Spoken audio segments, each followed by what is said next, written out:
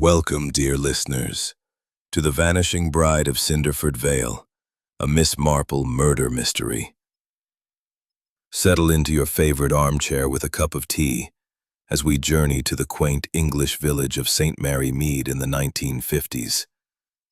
Here, amid blooming gardens and gossiping neighbors, our sharp-eyed elderly detective, Miss Jane Marple, unravels a puzzling disappearance that shakes the community. This cozy tale of intrigue and observation is perfect for a relaxing evening. Our story unfolds over 10 chapters, each about 8 to 10 minutes when narrated. For your convenience, chapter timestamps are included. Now, let us begin. Chapter 1. The Wedding That Never Was. In the summer of 1952, the village of St. Mary Mead lay nestled in the rolling hills of England's countryside, a patchwork of stone cottages, winding lanes, and hedgerows bursting with honeysuckle and wild roses. The church bells tolled with a comforting regularity, their chimes drifting over the green where children played and neighbors exchanged pleasantries. It was a place where time seemed to pause, where the rhythm of life was marked by the seasons and the gossip that flowed as freely as the brook by the old mill. Yet, beneath this idyllic surface, secrets often lurked, waiting for a discerning eye to uncover them. And no eye was more discerning than that of Miss Jane Marple, the elderly spinster who lived in a modest cottage on Willow Lane. Miss Marple sat in her garden that morning, her nimble fingers working a pair of knitting needles through a skein of soft wool, crafting an intricate scarf in shades of lavender and cream. Her sharp blue eyes, framed by delicate spectacles, darted occasionally from her work to the passers-by, noting the small details that others overlooked. The hurried gait of Mrs. Price, the postmistress, clutching a bundle of letters. The way young Tommy Baxter kicked a pebble with a touch too much force, suggesting a recent scolding. Or the faint frown on Mrs. Bantry's face as she discussed the upcoming village fete. To Miss Marple, these were not mere trifles but threads in the tapestry of human. Jasmine framed the path to a small marquee where the ceremony would take place.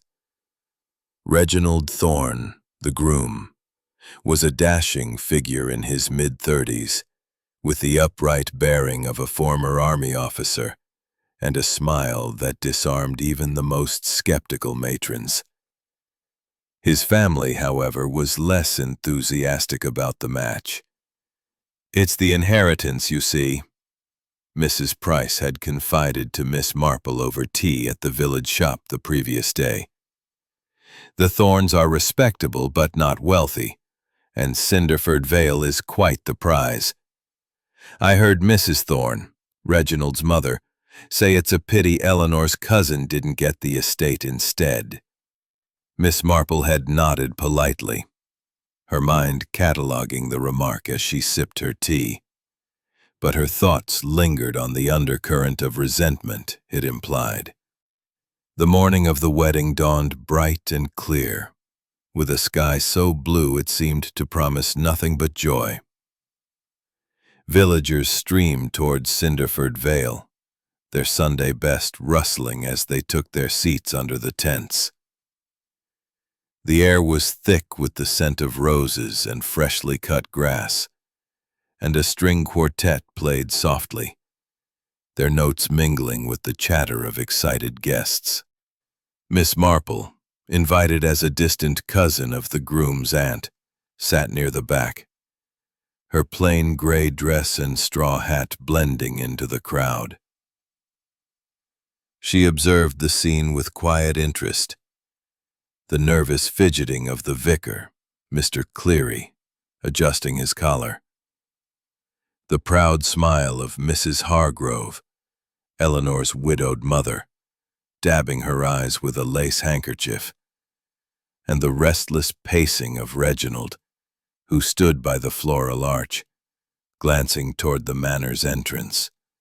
As the appointed hour approached, a hush fell over the gathering.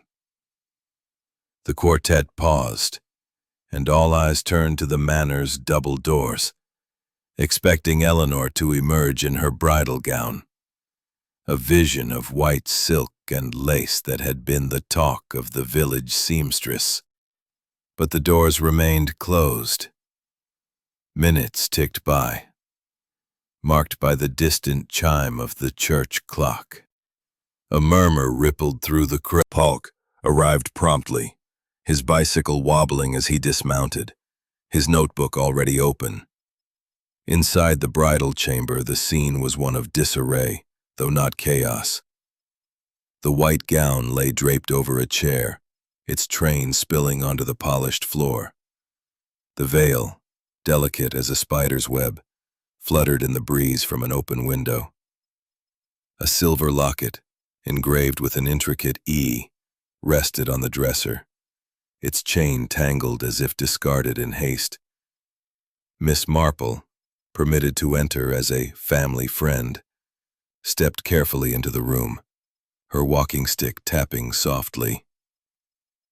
She bent to examine the floor near the window, where a faint smudge of mud marked the sill.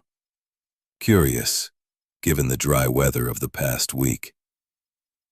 Her gaze lingered on the locket, its clasp slightly bent, as if forced open. Outside, the search began in earnest. Villagers combed the grounds, calling Eleanor's name, their voices echoing through the oak grove and along the winding paths of the estate. The constable questioned Reginald, who insisted Eleanor must have had second thoughts. She was nervous, he said, his voice strained. Talked about needing time to think. Perhaps she ran off to London. But Miss Marple, standing nearby, noted the faint scent of pipe tobacco clinging to his jacket, a brand heavier than his usual, with a hint of clove. Mrs. Hargrove, near tears, clutched Miss Marple's arm. She wouldn't leave without a word, Jane. Not my Eleanor. Something's wrong, I know it. Miss Marple patted her hand, her mind already turning over the possibilities. A runaway bride was plausible, but the mud, the locket, and the open window suggested otherwise. And then there was the matter of the garden shears, left carelessly on a table in the hall, their blades streaked with fresh soil. As evening fell, the search yielded no trace of Eleanor. The guests dispersed, their festive mood replaced by whispers of scandal and fear. Cinderford Vale, once aglow with celebration, stood silent under the gathering dusk, its windows reflecting the last rays. Mrs. Elsie Tuttle buzzed with activity, its windows steaming from the kettle, and its tables crowded with villagers eager to dissect the scandal. The air was thick with the scent of scones and brewing tea, but the chatter was sharper, laced with speculation and half-whispered theories. Miss Jane Marple sat at her usual corner table, her knitting needles clicking softly as she worked on her lavender scarf, now a few inches longer. Her gray dress blended into the background, and her straw hat rested on the chair beside her. But her sharp blue eyes missed nothing. She listened as Mrs. Tuttle, a plump woman with a penchant for gossip, leaned over the counter to share the latest tidbit with Mrs. Price, the postmistress. They say Eleanor ran off to London, Mrs. Tuttle said, her voice low but carrying. Cold feet, perhaps, but I heard she was frightened of something. Or someone. Mrs. Price nodded sagely, adjusting her spectacles. Mark my words, Elsie. There's more to this than a runaway bride. Miss Marple sipped her Earl Grey, her expression serene but her mind cataloging every word. She had seen much in her years in St. Mary Mead, and she knew that the truth often lay not in the loudest rumors, but in the quiet details, the ones that slipped through the cracks of casual conversation. The disappearance of Eleanor Hargrove, the radiant bride-to-be who had vanished from Cinderford Vale without a trace, was no ordinary mystery. The muddied footprint on the bridal chamber's windowsill, the tangled locket, and the misplaced garden shears with their soil-streaked blades lingered in her thoughts, each a thread in a tapestry yet to be woven. As the tea shop filled, the suspects in Eleanor's vanishing began to emerge. Their names murmured like a cast list in a village play. Miss Marple, ever the observer, noted their entrances and exits, their words and silences, as if they were pieces on a chessboard. The first to draw attention was Reginald Thorne, the jilted groom, who strode into the tea shop just after 10 o'clock. His military bearing was unmistakable, his broad shoulders square. Inheritance to settle his accounts. Could desperation have driven him to something drastic? Miss Marple's needles paused as she considered the possibility, her gaze flickering to Reginald as he left the tea shop, his steps quick and purposeful toward Cinderford Vale. Next to draw scrutiny was Victoria Hargrove, Eleanor's cousin, and the next in line for the Cinderford Vale estate. Victoria entered the tea shop with a flourish, her emerald green hat adorned with a peacock feather that bobbed as she greeted acquaintances with practiced charm. A woman of 40, with sharp cheekbones and a sharper tongue, she exuded confidence, but Miss Marple detected a glint of calculation in her dark eyes. Victoria sat 2 tables away, sipping tea and offering sympathetic remarks to anyone who mentioned Eleanor. "Poor dear, always so flighty," she said to Mrs. Price, her voice dripping with concern. "I do hope she's found soon." But her fingers toyed with a pearl brooch, and her smile lingered a fraction too long, as if savoring a private triumph. Miss Marple recalled a conversation at the village fête months earlier, when Victoria had spoken bitterly of Sir Henry Hargrove's will. "It's unfair, isn't it, that Eleanor got everything," she had said, her tone light but her eyes hard. The estate, with its vast lands and income, was a powerful motive, and Victoria's polished demeanor could easily mask ambition. Miss Marple noted the way Victoria glanced toward the door when Reginald's name was mentioned, as if wary of his presence. The third suspect was Dr. Elias Blackwood, the village physician, who arrived at the tea shop just as Victoria left. A wiry man in his late 40s with thinning hair and spectacles that perpetually slipped down his nose, he carried an air of quiet authority. He ordered a pot of chamomile tea, his hands steady, but his expression distracted. Whispers followed him. He had been seen arguing with Eleanor in the garden of Cinderford Vale days before the wedding, his voice raised in what one maid described as a lover's quarrel. Dr. Blackwood had known Eleanor since childhood, and some claimed he had proposed to her years ago, only to be gently Hargrove family for decades. She had access to every corner of the manor, including Eleanor's bridal chamber, and her brusque manner hid a deep knowledge of the family's secrets. Young Sarah, the maid, had confided to Miss Marple at the church the previous evening. Mrs. Finch was cross with Miss Eleanor lately, said something about family secrets best left buried. When pressed, Sarah had clammed up, her eyes darting nervously. Miss Marple's thoughts turned to the clues she had observed in the bridal chamber. The muddied footprints suggested someone had entered or left through the window, but the dry weather made it unlikely to be casual dirt. The locket, with its bent clasp, hinted at a struggle or haste. The garden shears, streaked with soil, were out of place in the manor's hall, as if someone had used them recently and left them in a hurry. And then there was the torn letter Miss Marple had glimpsed in the wastebasket, its fragments barely legible, but suggesting urgency. A warning, perhaps? She resolved to examine it further. As noon approached, Miss Marple left the tea shop and strolled toward the village green, her walking stick tapping rhythmically. She paused by the post office where Mrs. Price was sorting letters and engaged her in idle chat. "Such a shame about Eleanor," Miss Marple said, her tone gentle. Mrs. Price nodded, eager to share. "I saw her last week, you know, posting a letter to London. Looked ever so worried. And then there's that odd delivery. A package for Mrs. Finch, arrived just before the wedding.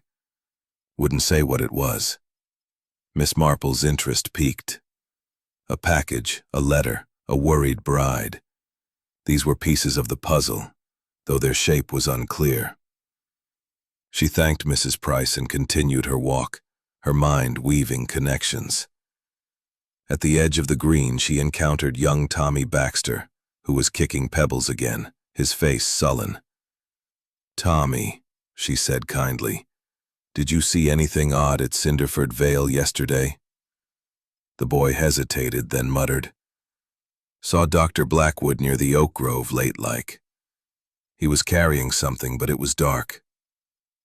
By afternoon, Miss Marple returned to her. She would unravel it, as she always did, with patience and a keen eye for the ordinary. Chapter 3. Whispers in the Garden. The third day after Eleanor Hargrove's vanishing dawned over St. Mary Mead, with a gentle mist that clung to the hedgerows and softened the outlines of the village's stone cottages. The air carried the damp scent of earth and the faint perfume of late-blooming roses, a reminder of the wedding that had never taken place. In the quiet lanes, villagers moved with purpose, their voices hushed as they exchanged theories about the missing bride of Cinderford Vale.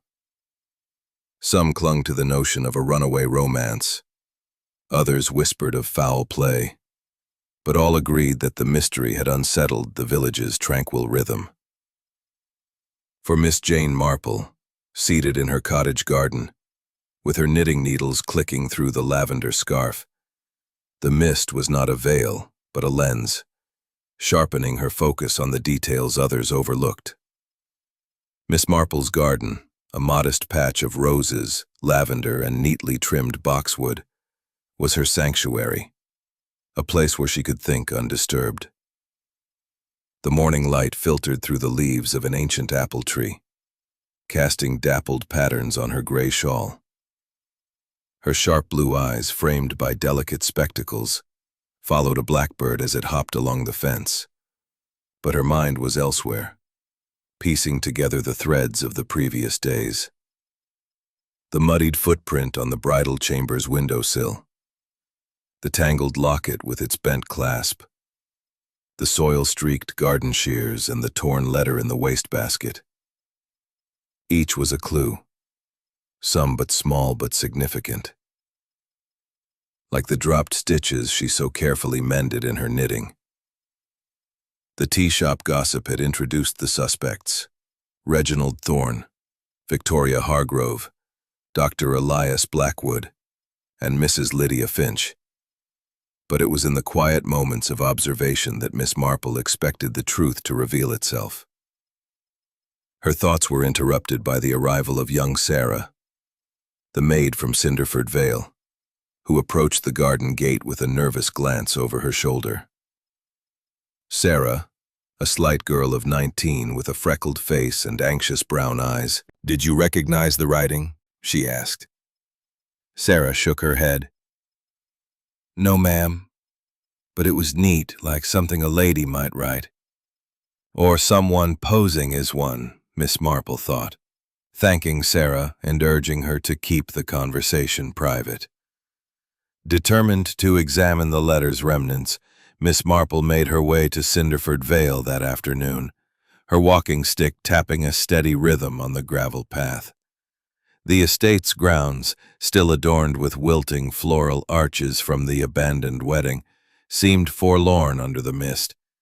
She was admitted to the manor by Mrs. Finch, whose starched apron and tight bun gave her the air of a general guarding a fortress. "The constable's been through Miss Eleanor's room again," Mrs. Finch said brusquely, leading the way. "Nothing new, I'm sure." But Miss Marple noted the housekeeper's quick glance toward the staircase, as if wary of being overheard. In the bridal chamber the scene remained much as it had been, the white gown draped over a chair, the veil fluttering by the open window, the locket on the dresser. Miss Marple bent to inspect the wastebasket where fragments of the torn letter lay among crumpled tissues. With careful fingers, she retrieved a few scraps, noting the elegant script Sarah had described. The ink was a deep indigo, the paper fine, but the words were incomplete. "Shadow, beware," and a partial flourish that might have been a signature. The handwriting was unfamiliar, matching none of the suspects, or so it seemed. Miss Marple tucked a fragment into her reticule, resolving to compare it later. As she left the room, she paused by the hall table where the garden shears still lay, their blades flecked with dried soil. "Mrs. Finch," she said casually, "these shears seem out of place indoors. Were they used recently?" The housekeeper's eyes narrowed briefly. "The gardener must have left them," she said, her tone clipped. "Careless man." But Miss Marple noted the faint tremor in her hands as she adjusted her apron, a detail as telling as the shears themselves.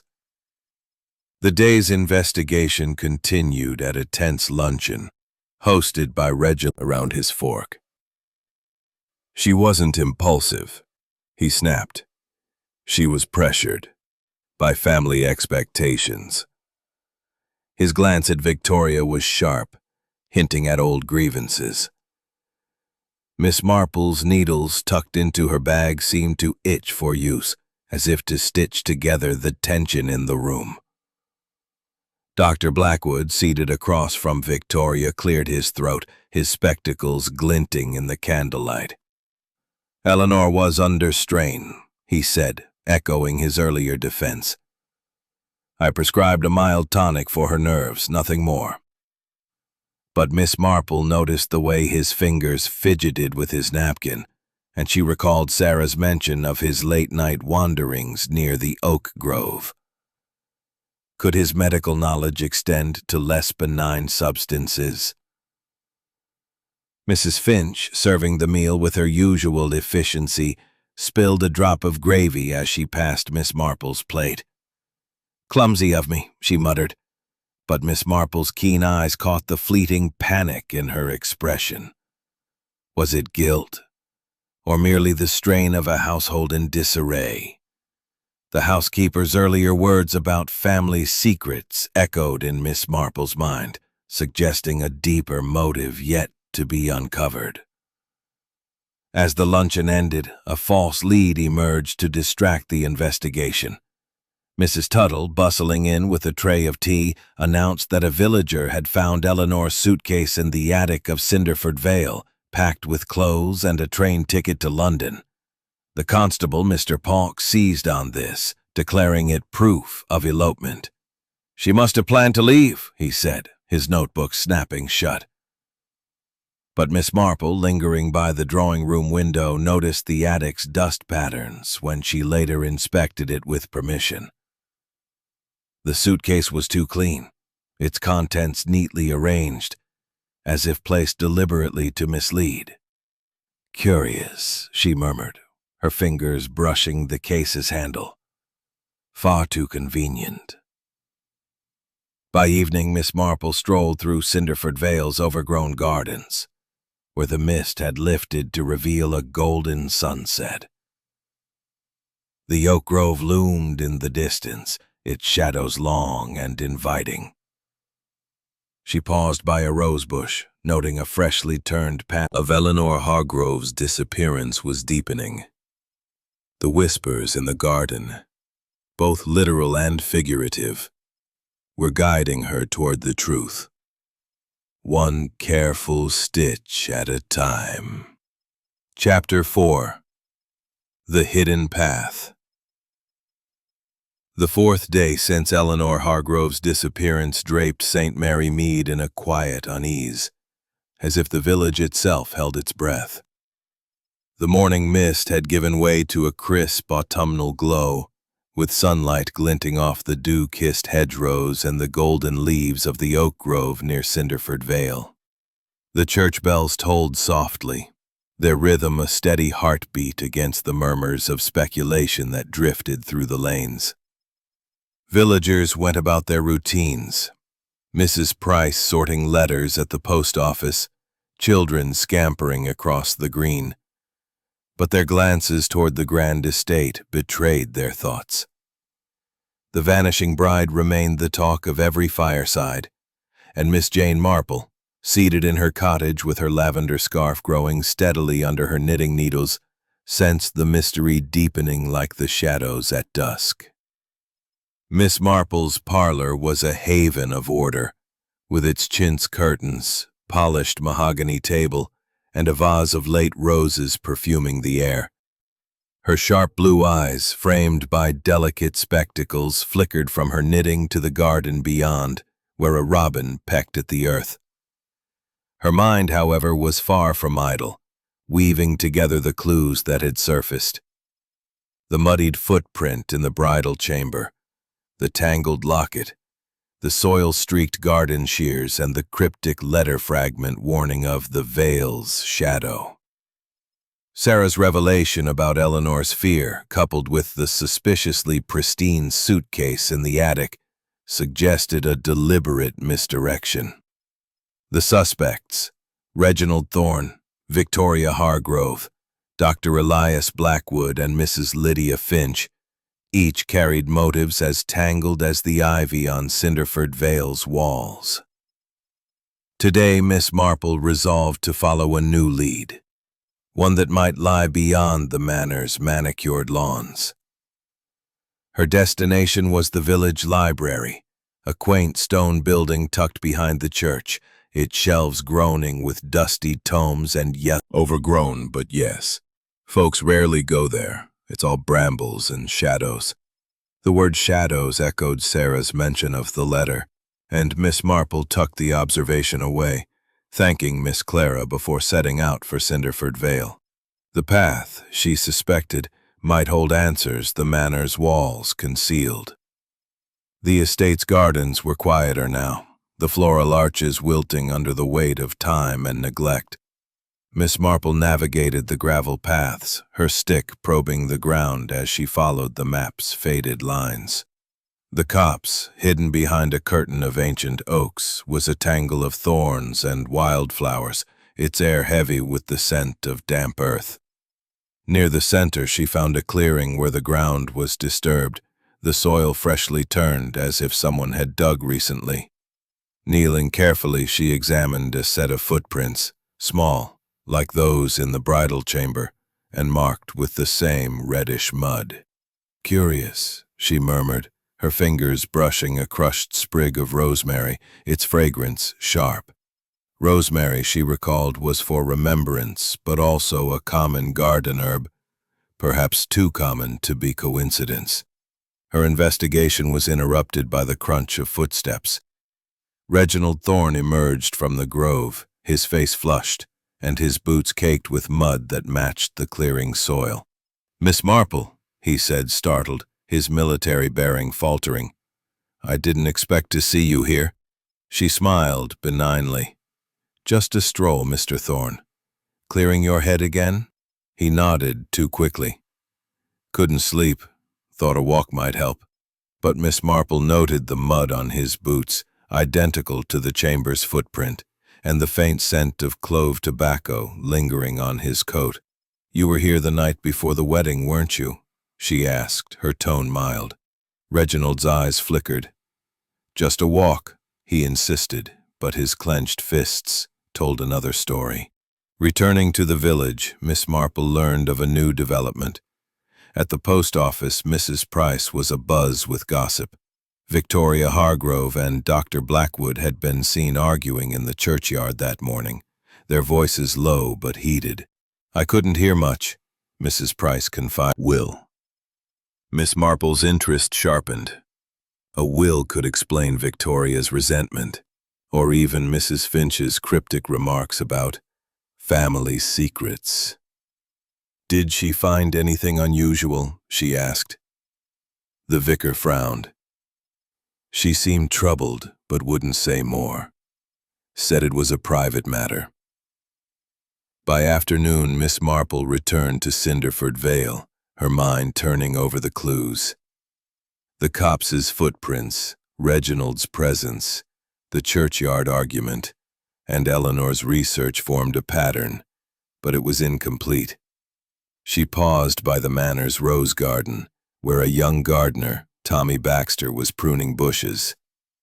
"Tommy," she said kindly, "you mentioned seeing Dr. Blackwood near the oak grove. Did you notice anything else?" The boy hesitated, then whispered, "He was carrying a small bag, ma'am, like a doctor's kit. Looked heavy." Miss Marple nodded, her thoughts drifting to Blackwood's tonic, and the possibility of something less benign. As evening fell, Miss Marple attended a village meeting at the town hall, where the constable, Mr. Polk, updated the community. "We've had a sighting," he announced, his voice brimming with confidence.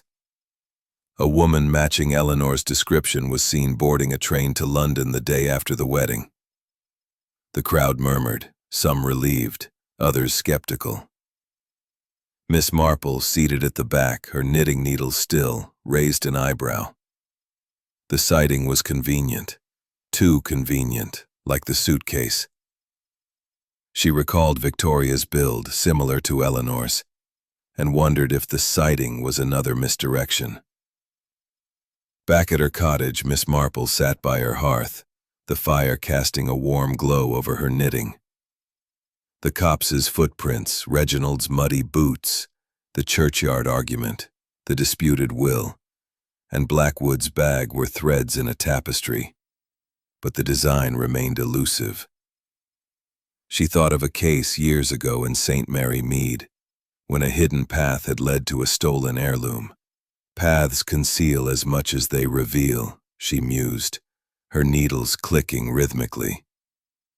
The rosemary sprig nagged at her, and damp leaves, and the church bells tolled with a mournful note, as if lamenting the bride who had vanished from Cinderford Vale. Villagers gathered in hushed knots at the post office and the tea shop, their conversations weaving a tapestry of worry and conjecture. Some still clung to the hope of a romantic elopement, but others whispered of darker possibilities, their eyes darting toward the estate's distant silhouette. For Miss Jane Marple, seated by her cottage window with her lavender scarf pooling in her lap, the storm was merely a backdrop to the clues she was piecing together, each one a stitch in the intricate pattern of the mystery. Miss Marple's parlor glowed with the soft light of a single lamp, its warmth contrasting with the chill seeping through the panes. Her knitting needles clicked rhythmically, adding rose to the scarf as her sharp blue eyes, framed by delicate spectacles, gazed out at the rain-dappled garden. Her mind, however, was far from idle, sifting through the clues that had emerged. The muddied footprint in the bridal chamber, the tangled locket, the soil-streaked garden shears, the cryptic letter warning of the Vale's shadow, and the suspiciously pristine suitcase in the attic. The hidden path to the copse, with its matching footprints and crushed rosemary sprig, had deepened the puzzle, as had Reginald Thorne's muddy boots, Victoria Hargrove's churchyard argument with Dr. Blackwood, and Eleanor's research into a disputed will. Today, Miss Marple sensed, the past would speak louder. its echoes revealing truths the present sought to conceal. Her morning began at the village fete, a modest affair held in the church hall to raise funds for the organ repair. Despite the drizzle, the hall was crowded with villagers, their chatter mingling with the clink of teacups and the aroma of fresh-baked scones. Miss Marple, in her gray dress and straw hat, moved among the stalls, her walking stick tapping softly as she admired a display of embroidered linens. Her true purpose, however, was to listen, for fetes were fertile ground for gossip. Mrs. Tuttle, bustling desperation, tied to Eleanor's wealth, was a thread that grew heavier with each revelation. Determined to explore the copse again, Miss Marple ventured to Cinderford Vale after the fete, her umbrella shielding her from the light rain. The estate's gardens were sodden, the wilting floral arches drooping like weary sentinels.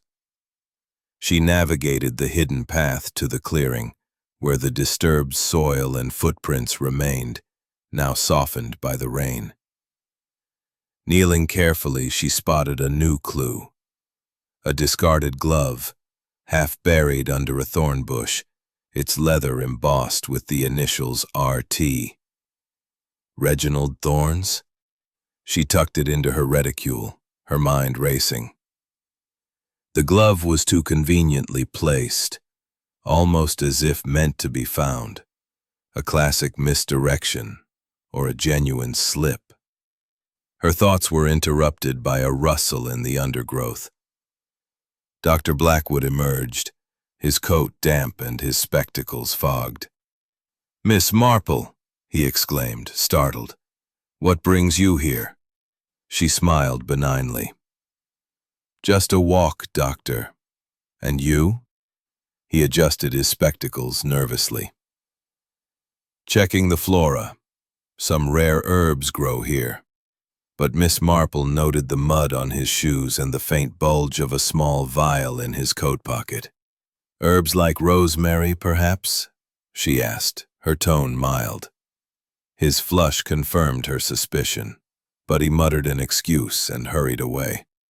Back in the village, Miss Marple visited the chemist's shop, where Mr. Hodges, a cheerful man with a penchant for precision, was restocking shelves. "Mr. Hodges," she said casually, "did Dr. Blackwood order anything unusual recently? Say, a strong sedative?" Mr. Hodges frowned, checking his ledger. "He did, Miss Marple. A batch of digitalis, for heart patients, but enough to be dangerous if misused. Said it was for a special case. Digitalis, derived from foxgloves, could slow the heart. Or stop it." Miss Marple thanked him, her mind turning to the rosemary sprig and Blackwood's medical knowledge. The afternoon brought another false lead. "Would leave without a word," she said, offering tea. She was troubled, yes, but not about Reginald.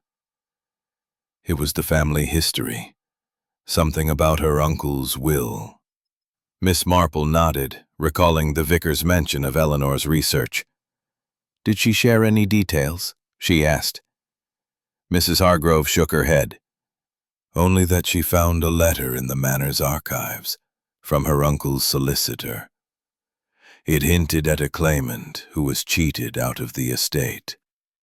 This revelation cast new light on Victoria's motive and Mrs. Finch's cryptic remarks about family secrets.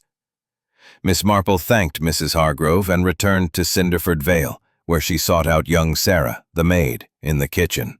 "Sarah," she said gently, "you mentioned Mrs. Finch's talk of secrets. Did she ever speak of the will?"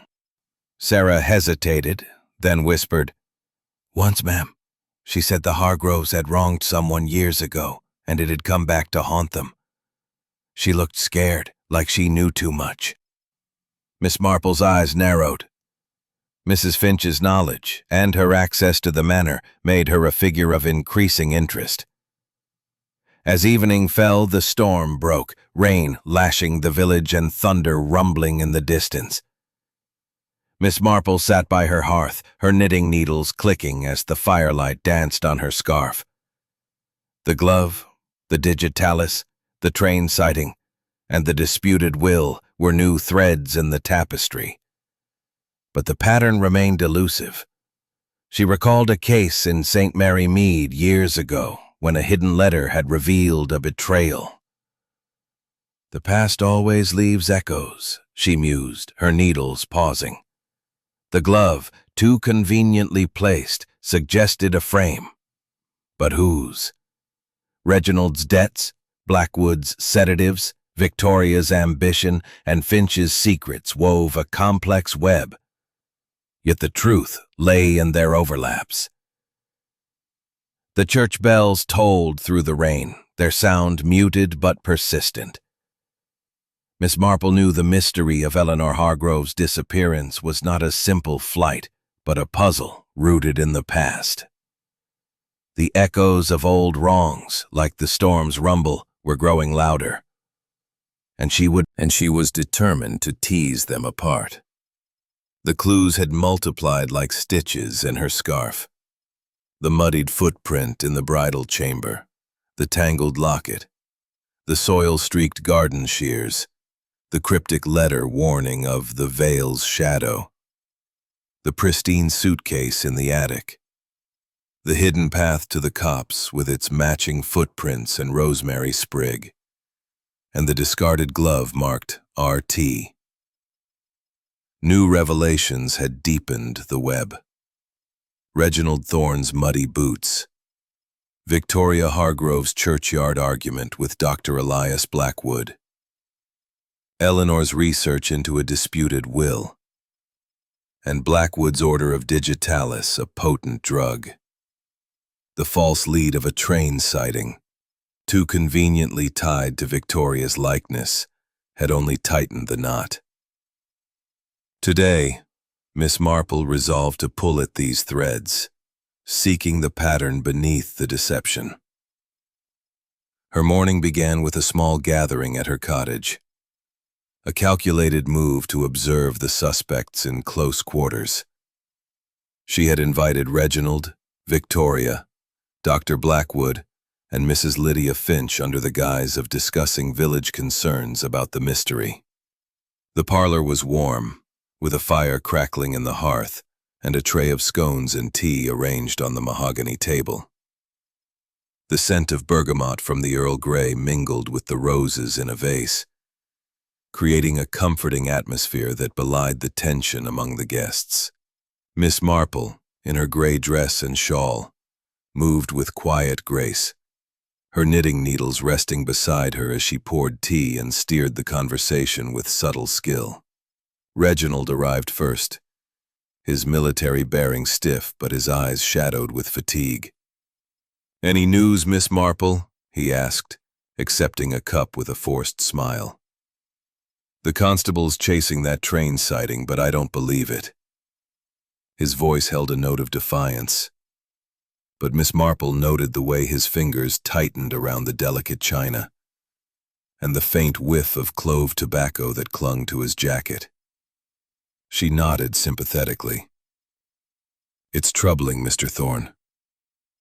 Did Eleanor ever mention worries about the estate?" His jaw tightened. "She did," said the arrived, his spectacles slipping as he nodded greetings. He took a seat near the fire, his hands fidgeting with his watch chain.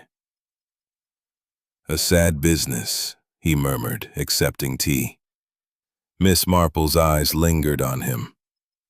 "Dr. Blackwood, your tonic for Eleanor, digitalis, was it?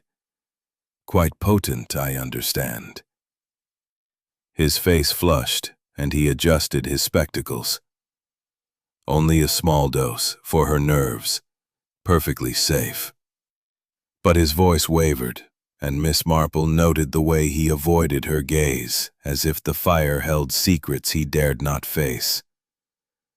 Mrs. Finch was the last to arrive, her starched apron crisp but her expression guarded. She declined a seat, insisting on helping with the tea. "No need for fuss, Miss Marple," she said, her tone brusque. But when Miss Marple mentioned the garden shears, Mrs. Finch's hands faltered, nearly spilling the teapot. "Careless gardener," she muttered, echoing her earlier excuse.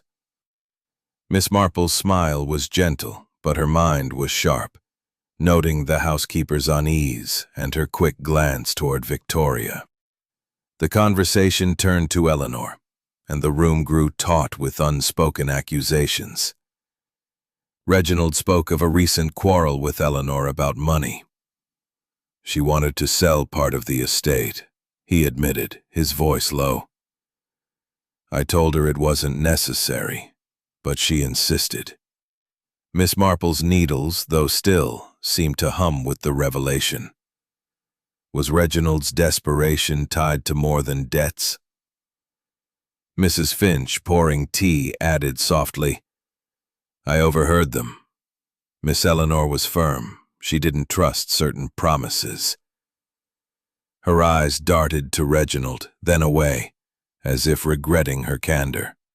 Dr. Blackwood, perhaps sensing scrutiny, spoke up. "I only wanted her happiness," he said, his voice tinged with melancholy. "Eleanor was like a daughter to me, despite past misunderstandings." His mention of a past proposal, though veiled, hung heavy in the air. Miss Marple noted Victoria's faint smirk, as if she knew more than she let on. Misunderstandings can linger, with no name to identify him. The clasp's damage suggested it had been forcibly opened, perhaps in haste. Miss Marple tucked the locket into her reticule, her mind turning to the disputed will and the mysterious claimant Mrs. Hargrove had mentioned. A visit to the vicar, Mr. Cleary, brought another thread. Eleanor was troubled by that will, he confided, polishing a candlestick in the church vestry. She found a letter suggesting her uncle's solicitor had altered it to favor her, cutting out another heir. Miss Marple's eyes narrowed. Could the man in the locket be that heir, or someone connected to the family's past? The letter's warning of the Vale's shadow took on new weight, perhaps tied to this hidden history. By evening, Miss Marple learned of Victoria's alibi for the wedding day. Tea with the vicar at 3 o'clock. But Mr. Cleary, when pressed, admitted the time was closer to 4, and Victoria's watch, glimpsed at the gathering, had been set an hour fast. A deliberate deception or a simple error? Miss Marple's needles clicked as she pondered, her mind weaving the clues together. Back at her cottage, the firelight danced on her scarf as she sat by the hearth. The locket's photograph, the disputed will, Victoria's alibi, and Blackwood's digitalis formed a complex pattern, but the threads were tangled. She recalled a case in St. Mary Mead years ago, when a misdated letter had unraveled a lie. Time betrays the careless, she mused, her needles pausing. The locket's mysterious man suggested a past that haunted the present. But was he victim or villain? As the church bells tolled, their sound softened by the evening mist, Miss Marple knew the mystery of Eleanor Hargrove's disappearance was a web of motives and misdirection. The tangled threads, Reginald's debts, Victoria's ambition, Blackwood's love, Finch's secrets, and the echoes of a forgotten heir, were leading her closer to the truth, one careful stitch at a time. A teapot steamed gently. Her sharp blue eyes, framed by delicate spectacles, drifted to the window, where a blackbird hopped along the sill, but her mind was elsewhere, weaving together the clues that had emerged over the past days. The muddied footprint in the bridal chamber, the tangled locket with its mysterious photograph, the soil-streaked garden shears, the cryptic letter warning of the Vale's shadow, the pristine suitcase, the hidden path to the copse with its rosemary sprig, the glove marked RT, Dr. Blackwood's digitalis, and Eleanor's research into a disputed will. The false leads, the train sighting and the suitcase, had been unraveled. But the motives of Reginald Thorne, Victoria Hargrove, Dr. Blackwood, and Mrs. Lydia Finch remained tangled. Today, Miss Marple sensed the tide was turning, and a crucial discovery awaited. Her morning began with a visit to Cinderford Vale, where the manor stood silent under the shifting clouds. The floral arches, now dismantled, left the lawns bare, a stark reminder of the wedding that never was. Miss Marple, her walking stick tapping a steady rhythm, sought out the bridal chamber once more, permitted entry by a reluctant Mrs. Finch. "The constable's been through here twice," the housekeeper said, her starched apron crisp but her eyes wary. "Nothing left to find." Miss Marple smiled benignly. "One never knows, Mrs. Finch." Her gaze swept the room, settling on a loose floorboard near the dresser, its edge slightly raised, as if recently disturbed. Kneeling carefully, she pried it up with her stick, revealing a small glass vial hidden beneath, its contents a faint amber liquid. She held it to the light, noting the odorless quality and a faint residue of powder. "Curious," she murmured, tucking it into her reticule. "Poison, perhaps. Digitalis, like Blackwood's prescription." Returning to the village, Miss Marple sought out young Sarah, the maid. The threads were converging, but the pattern remained elusive. By noon, Miss Marple attended a village sewing circle at Mrs. Bantry's home, a gathering of matrons whose needles flew as fast as their tongues. The talk predictably turned to Eleanor. Mrs. Tuttle, stitching a quilt, leaned forward. "I heard Reginald was seen at the manor late the night before the wedding, near the oak grove. Suspicious, if you ask me." Miss Marple, threading her needle, probed gently. "Did anyone see what he was doing?" Mrs. Price, hemming a skirt, nodded. "Young Tommy Baxter said he was digging. Thought it was odd for a groom-to-be." Digging, Miss Marple thought, recalling the disturbed soil in the copse. Was Reginald hiding something? Or being framed? Determined to test Reginald's story, Miss Marple invited him for tea at her cottage that afternoon. He arrived, his military bearings strained, the scent of clove tobacco clinging to his coat. "Miss Marple, this is kind of you," he said, his smile tight. She poured tea, her voice gentle.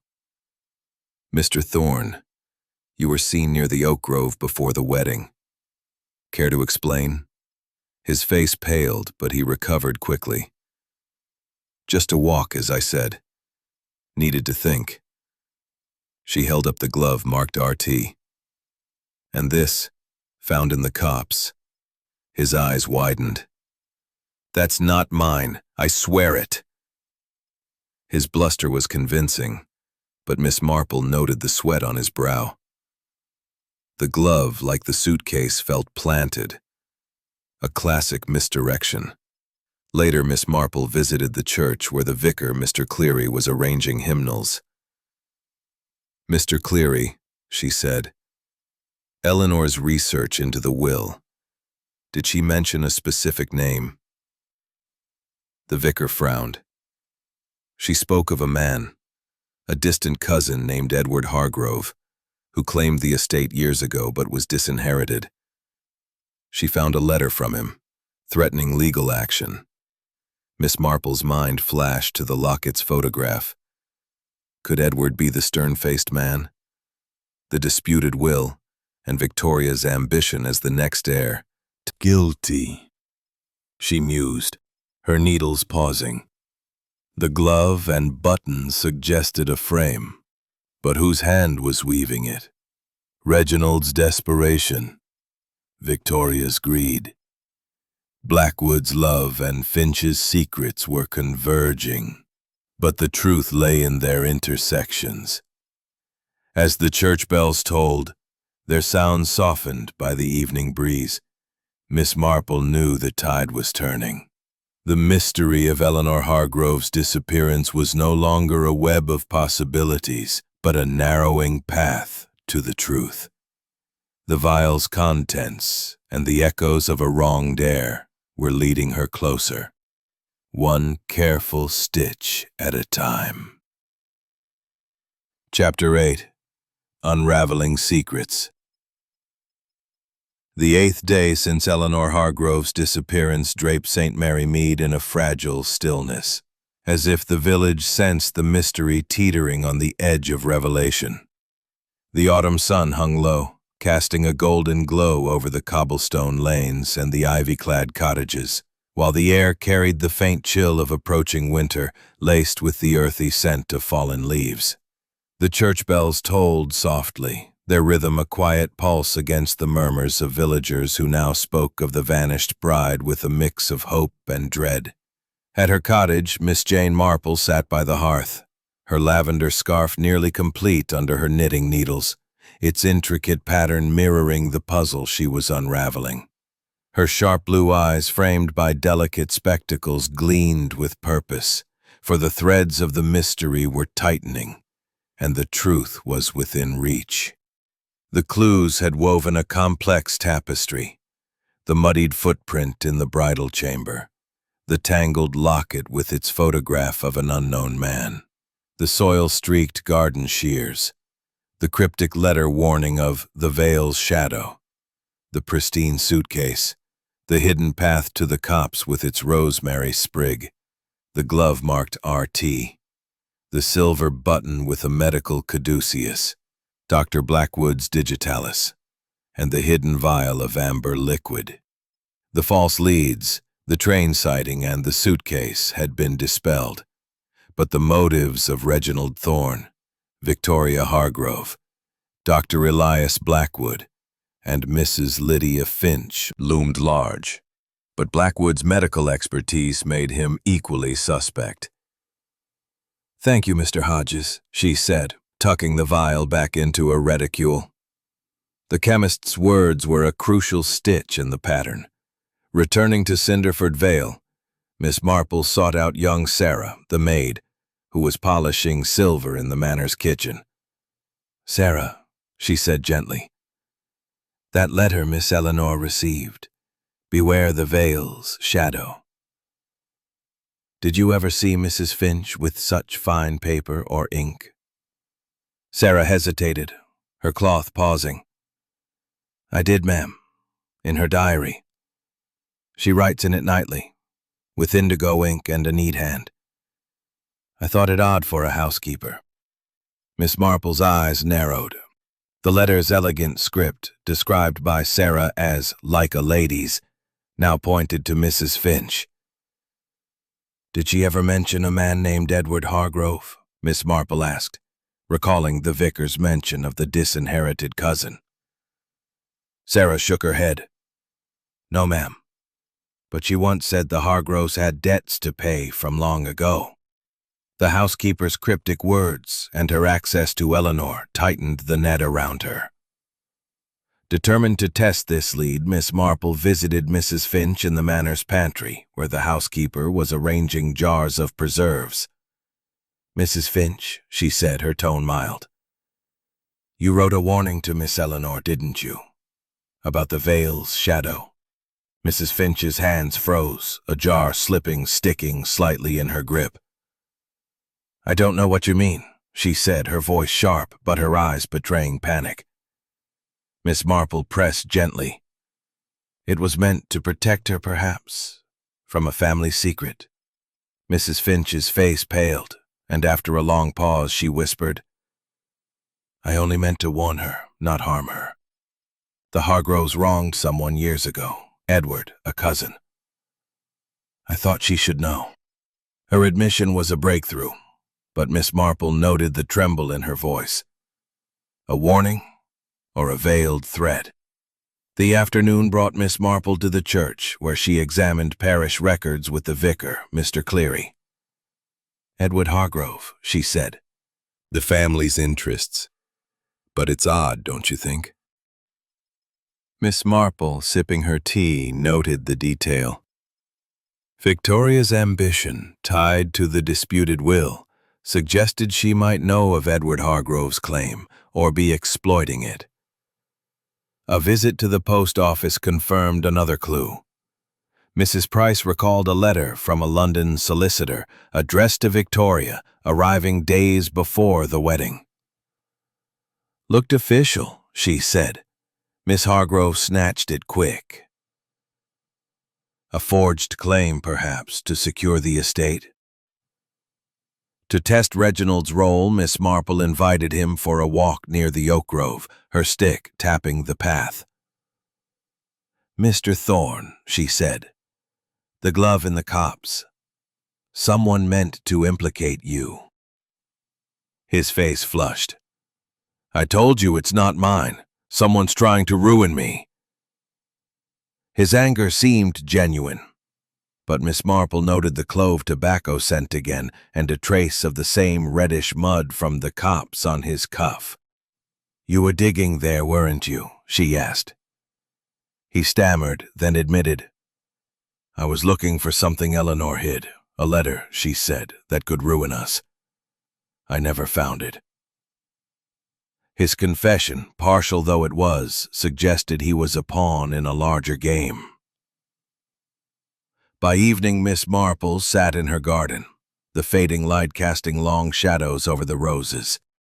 She examined the silver button, its caduceus symbol glinting. It matched one on Dr. Blackwood's coat, seen at her tea gathering, but its placement in the copse felt deliberate, like the glove. A frame? Or a careless mistake? The vial, the letter, the button, and Mrs. Finch's admission wove a tighter pattern. But the locket's man, possibly Edward Hargrove, remained a shadow.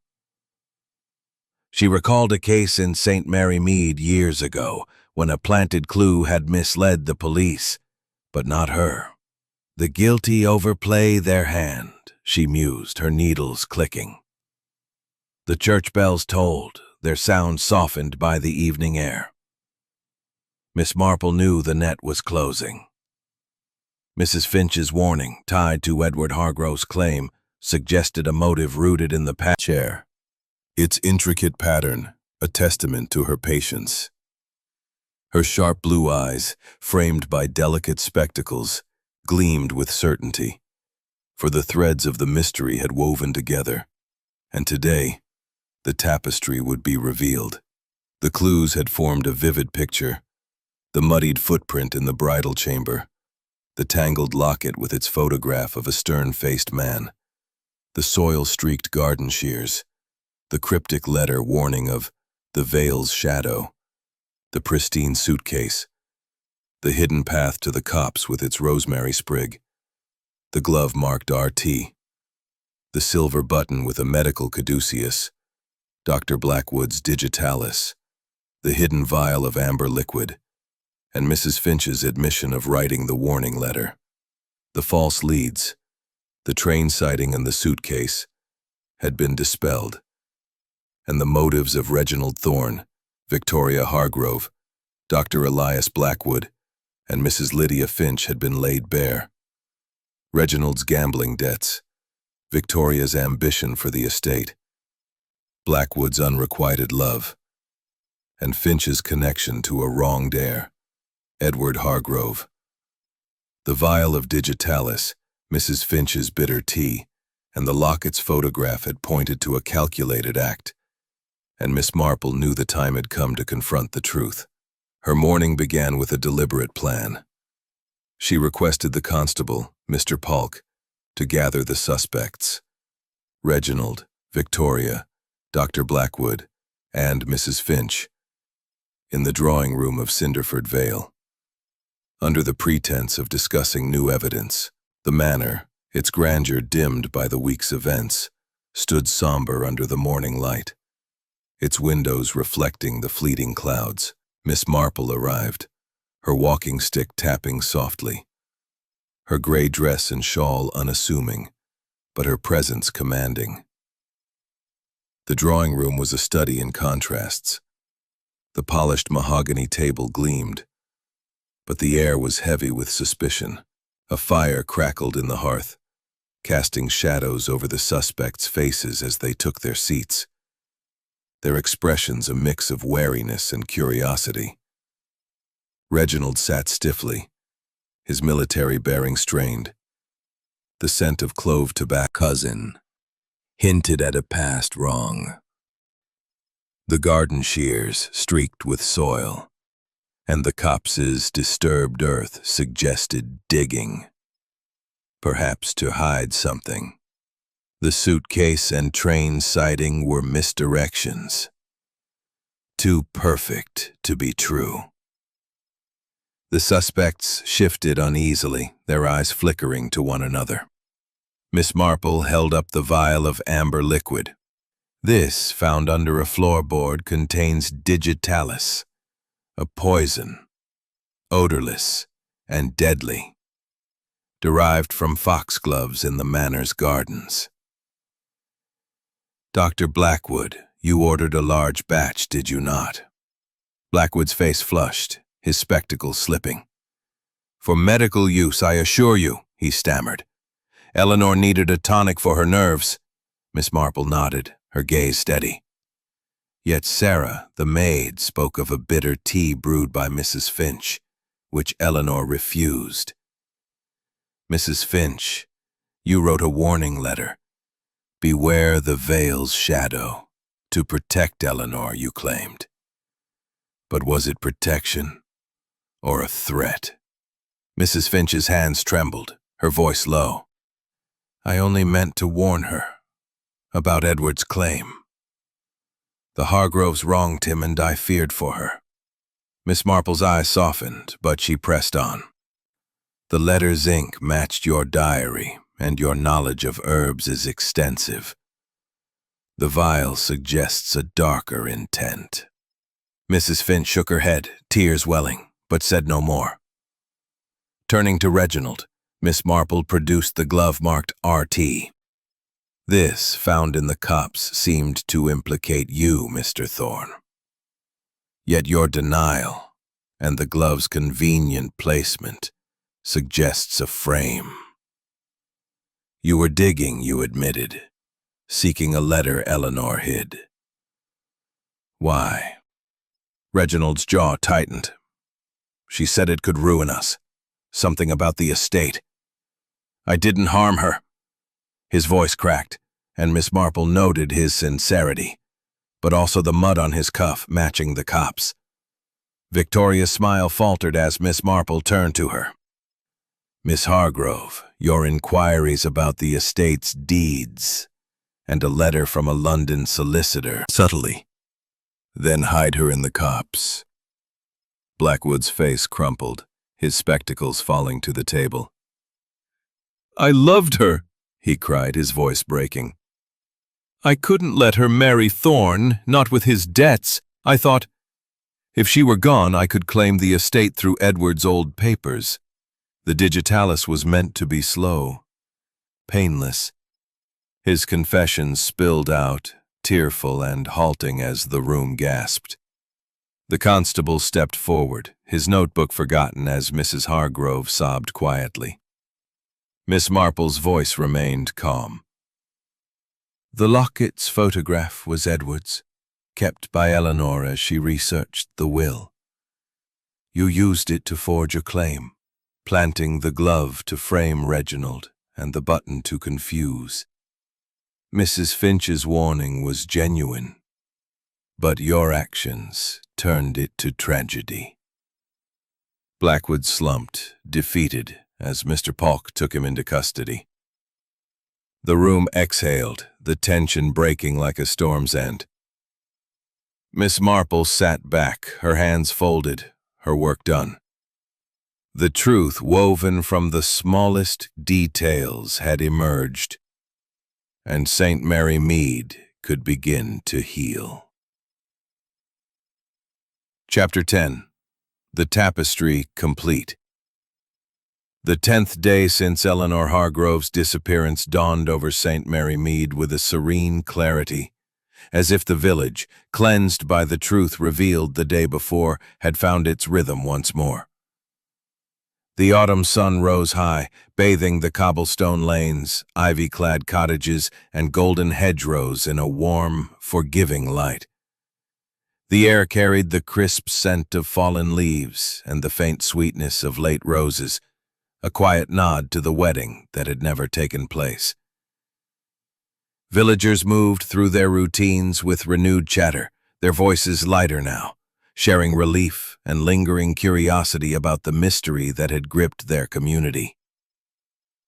At her cottage on Willow Lane, Miss Jane Marple sat in her garden, her completed lavender scarf draped over her shoulders, its intricate pattern a silent testament to her unraveling of the puzzle. Her sharp blue eyes, framed by delicate spectacles, gazed at the blooming roses, but her mind was on the final threads, unraveled the mystery. But loose ends remained, and Miss Marple was determined to secure them. Her morning began with a visit from Mrs. Hargrove, Eleanor's mother, who arrived at the cottage with a tremulous smile, her grief softened by the truth. "Jane," she said, settling into a chintz-covered chair, "I can't thank you enough. Knowing what happened to my Eleanor, however painful, gives me peace." Miss Marple poured tea, her voice gentle. "It was a tragic tale, Mrs. Hargrove, but the truth heals." Over tea, Mrs. Hargrove shared a final detail. Eleanor had confided, days before the wedding, about a fear of betrayal, not from Reginald, but from someone close. She never named them, Mrs. Hargrove said, but she clutched that locket as if it held her courage. Miss Marple nodded, the locket's stern-faced man, Edward Hargrove, now a symbol of a past that had haunted the present. Determined to tie up the final threads, Miss Marple visited Cinderford Vale, where the manor stood quiet, its grandeur softened by the morning light. The constable, Mr. Polk, was overseeing the removal of Dr. Blackwood's medical bag, now evidence in the case. "Miss Marple," he said, tipping his hat, "your insight was remarkable. We found digitalis in his bag, enough to confirm his intent." She smiled benignly. "The smallest details, Mr. Polk, are often the loudest." Her eyes drifted to the rose garden, where the disturbed soil near the copse had been searched, revealing Eleanor's body, carefully hidden under the earth Blackwood had dug. The rosemary sprig, she mused, had been a poignant marker. Remembrance, indeed. Seeking to clarify Mrs. Finch's role, Miss Marple found the housekeeper in the manor's kitchen, her starched apron replaced by a plain dress, her demeanor subdued. "Mrs. Finch," Miss Marple said, her tone kind but firm, "your warning letter was meant to protect Eleanor, but you knew Edward Hargrove, didn't you?" Mrs. Finch's hands trembled as she nodded. "He was my brother," scent now absent from his coat, confirmed his innocence. Miss Marple suspected Victoria had planted the glove, her ambition driving her to muddy the waters. To confirm this, Miss Marple visited Victoria Hargrove at her elegant cottage, where the sapphire-clad woman greeted her with a forced smile. "Miss Marple, you've solved quite the puzzle," Victoria said, her fingers toying with her pearl brooch. Miss Marple's eyes were sharp. "Miss Hargrove, your inquiries about the estate's deeds and that letter from a London solicitor. Were they to forge a claim through Edward Hargrove's name?" Victoria's smile faltered, her voice sharp. "I only sought to secure the family's legacy." But her nervous glance betrayed her, and Miss Marple knew she had orchestrated the glove, and perhaps the train sighting, to divert suspicion. "Greed makes poor choices," Miss Marple said gently, leaving Victoria to her thoughts. By afternoon, Miss Marple strolled through the village green, where young Tommy Baxter was kicking pebbles, his sullenness replaced by curiosity. "Miss Marple," he said, "I heard you found the truth. Was it really Dr. Blackwood?" She smiled, her stick tapping the ground. "It was, Tommy. People reveal themselves in their mistakes." His mention of seeing Blackwood in the copse with a heavy bag confirmed the doctor's actions, tying the silver button to his coat and the digitalis to his crime. As evening fell, Miss Marple attended a village gathering at the church hall, where the community mourned Eleanor and celebrated the resolution. Mrs. Tuttle, serving tea, whispered to Mrs. Price, "Miss Marple's a marvel, isn't she? Saw right through it all." Miss Marple, seated at the back, her scarf draped elegantly, listened quietly, her needles now at rest. The vicar, Mr. Cleary, offered a prayer for Eleanor, and the room fell silent. A collective healing beginning. Back at her cottage, Miss Marple sat by her hearth, the firelight dancing on her scarf. The tapestry was complete. Blackwood's love had turned to obsession, his digitalis a silent weapon, his planting of